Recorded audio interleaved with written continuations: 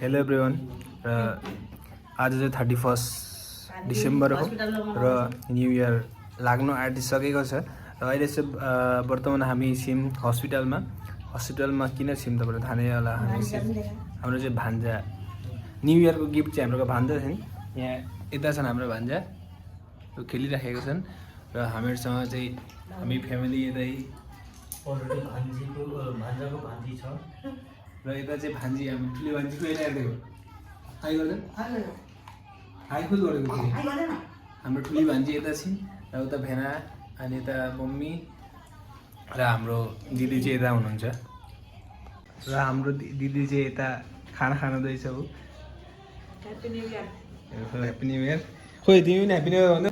र यता चाहिँ अब पार्टी अब के भन्ने हैन मासु यता लोकल मासु छ उता खसीको मासु पनि छ सबै थोक छ अब यहाँ दाल भात सबै थोक छ